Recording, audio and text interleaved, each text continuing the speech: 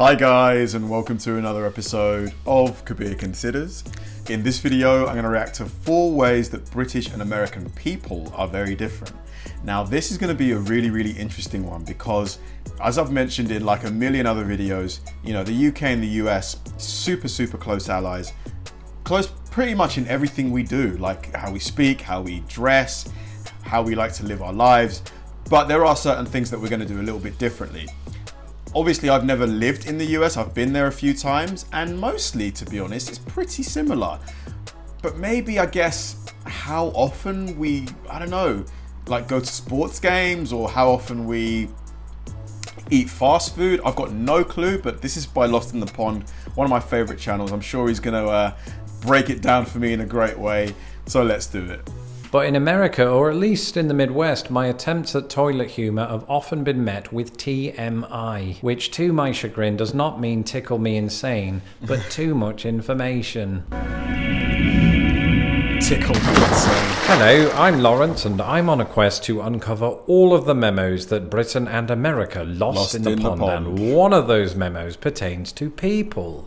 What could be more important to the foundation of a country than its people, except maybe tectonics? And one thing I can say about British people is we don't generalise, and that's why I'm doing a video called Ways British and American People Are Very Different. Believe you me, everything you hear in this video is absolutely true, except this sentence. Because in truth, it's impossible to get this video right. Both countries are made up of millions of people. No one person is the same, so some of the generalizations I'm about to make about Americans could be true of some British people, and vice versa. It's just that on the whole, pound for pound or dollar for dollar, there are certain things that separate British people from Americans. And having lived in both countries now for at least 100 years, I'm here to tell you what those things are. Here are 4 ways that British and American people are very different.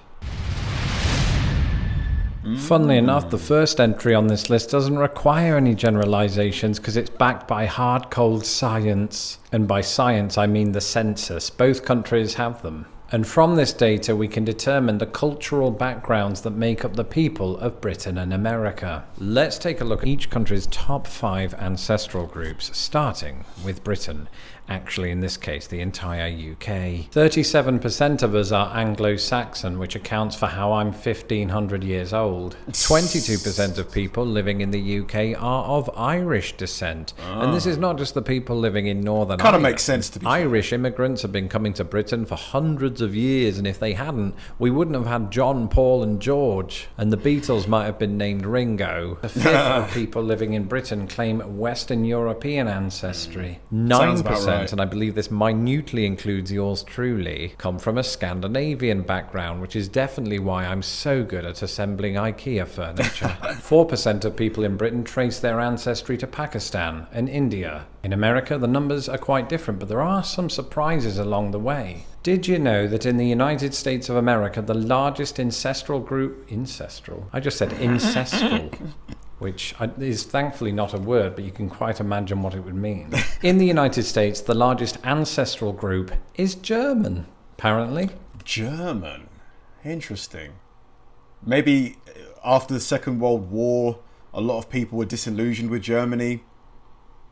13.6% of Americans self-report German ancestry, and if you think that that dates back to either of the world wars, that's not entirely accurate. The majority of German Americans came here in the 19th century. So if you encounter any Americans with German sensibilities or facial structure, whatever that means, then that's why. And there's a good chance you'll encounter a German American in one of the cold states like Minnesota, Wisconsin, or the Dakotas. The second largest ancestral group in the United States are... Let me know if there's any people watching this, if you've got German ancestry. Let me know, and let me know if you know which generation of your ancestry came here. I'd love to know. African Americans, who comprise about 12.5% of the overall population. And conversely to the German ancestry groups, the highest concentration of African Americans is in the South. And historically, of course, this is largely tied to the fact that many African Americans in the South are descendants of slaves that were kept and later freed from plantations there. And here's a demographic that sets America apart from Britain. It's largely governed by geography geography, and that's Mexican Americans. 11% of Americans self-reported Mexican ancestry. 11? I didn't think it was that big. Interesting. Which might account for why I read the other day that Cinco de Mayo is more widely celebrated in the United States than it is in Mexico. Mind you, you might be able to say something similar about St. Patrick's Day. Every March, without fail, Americans turn green. Not literally, unless they've had too much alcohol that night. And so it's no coincidence that 10% of Americans self-report Irish ancestry. Is it true that Spanish is like almost as widely spoken in America as English? Like I heard that somewhere. Is that true? Of course, if you're like me and you're 1,500 years old and an Anglo-Saxon, there's a very good chance that some Americans will be quick to tell you that they have a little bit of you in them. Not like that. I just mean a little bit of English, right? 7% of Americans self-reported English ancestry. 7? That was an abbreviated look at the ancestral makeup of both countries. And for not having the time to discuss all groups in this one video, I apologise. But then that would probably be very British of me. Let's take a look at some of the unique tendencies of the people of both countries. If there's one thing that really sets people apart, it's how polite they are and how fun they are at parties. And don't worry, I'm not about to extol the virtues of the famed British politeness while asserting that Americans are rude, because that's not my experience. There are rude people in both countries, but that rudeness usually manifests in a very similar way and wouldn't make for a very entertaining video. Actually, it might. Can we put it on the list? The truth is, people in both countries know how to be polite when they want to. The difference here is the manner in which they do it. In my experience, British people will go to greater lengths to let you know that they're listening. What do I mean by this? Well, you're talking to me.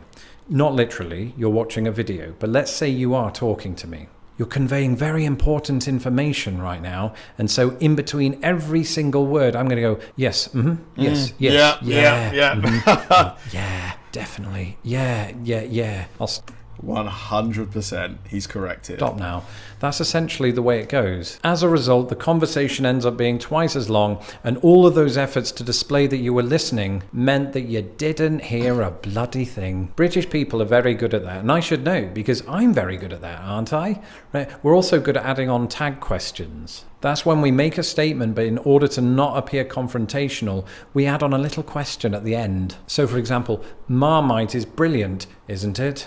Americans would never do that. They'd simply state Marmite is awesome. That's never going to happen. I don't know about that. I don't know. I feel like that's a bit of a generalization, but he did give the disclaimer at the start of the video. I remember when I visited home last year and we were in a restaurant and the staff apologized profusely to my wife because I can't remember why, but I remember it not being warranted in the least. The point is, British politeness is often governed by the need to save face. That's not a reference to the A-Team. Don't get me wrong, it's also about being friendly, but in America, I think that's all it's about. I very rarely feel like Americans are trying to let me down gently.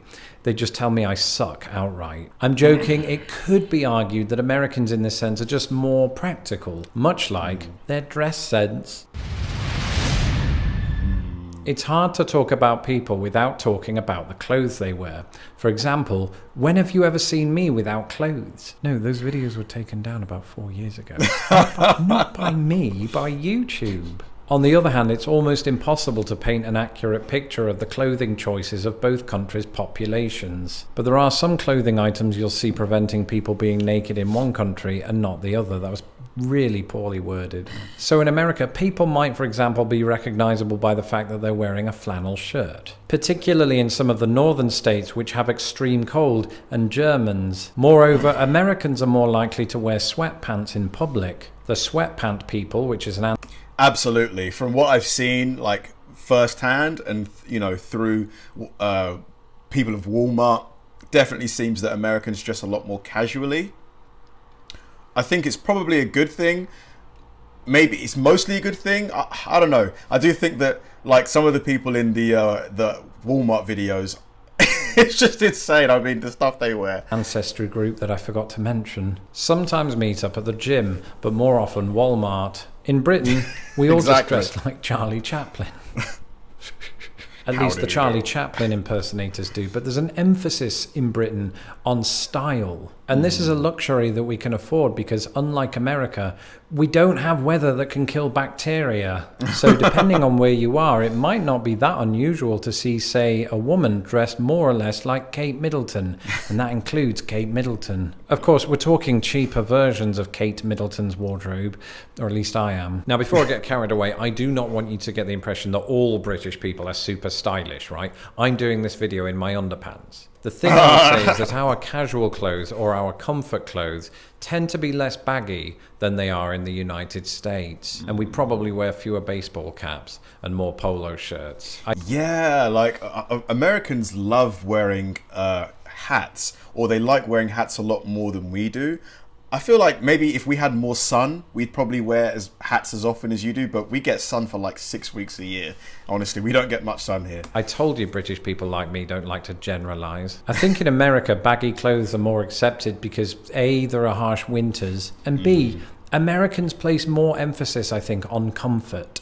That's why you'll see Americans way into their 70s still wearing sneakers with jeans. My grandfather-in-law did that all the time, and I think if you saw that in Britain, that person would be considered eccentric, which, since we're talking about Britain, 50% of the population is eccentric. And if you thought that that observation was funny, then you're very easily amused. I am, to be fair. You put the U in humour, especially if you're British. You may recall a while back I did a video on British versus American humour, but this focused on the televisual differences. Today, we're talking about people. There have been numerous times in my life when I've laughed my absolute arse off in the company of both Brits and Americans, to the extent that I can no longer comfortably sit down. But it's hard to deny that British people have a different sense of humour to American people. It's also a little hard to define what that difference is. Americans often write in the comments that they love my dry British humour, and I always find it amusing that we have dry British humour because we also have wet British forecasts. But when you're talking to a British person, there are two ways that the humour can go. Either that politeness that we talked about earlier goes out of the window and gets rained on, or there arises something known as self-deprecation. In the first instance, a good friend of mine might jokingly remark, "All right, Lawrence, you wanker." I don't know too many Cockney people. Or in the second case of self-deprecation, a British person might say something like, "I'm Lawrence and I'm a big wanker." That is a terrible example. He's not wrong. I do think mostly our sense of humour here is pretty dark. A lot of sarcasm. And a lot of the American humour that I see in like sitcoms and comedies is more kind of almost, how do I describe it? A bit more like slapsticky, a little bit. Like Will Ferrell type humour. Like, kind of hard to put your finger on it.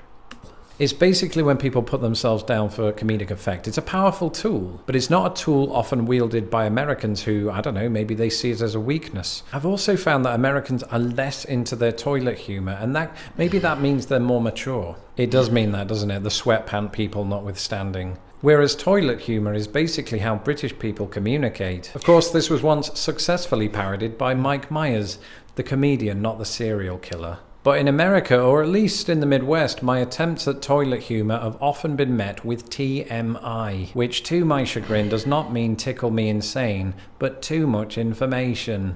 On the other hand, I think your average American is pretty good at wielding observational humour. A favourite weather-related saying, and I've heard this in various states, is, "If you don't like the weather, just wait 5 minutes." And they've got a point. Left my laundry hanging outside this morning. Tornado took it away. That's it for this episode. Let me know in the comments below if you... Yeah, most of what he said, to be honest, pretty much all of what he said is accurate. I think we dress probably a bit more, or maybe we're a bit more self-conscious about our dress sense when we go outside here. Sense of humor wise is a little bit different. I think it's getting more similar though, because we consume so much of each other's media and films and movies now. What else? Yeah, I think that those are pretty much, yeah, and the ancestry thing. But mostly I think everything is it's just getting more and more similar. I think maybe it's because of globalization or something. But yeah, no, another great video by Lawrence. Thanks for watching, guys, and I'll see you in the next one.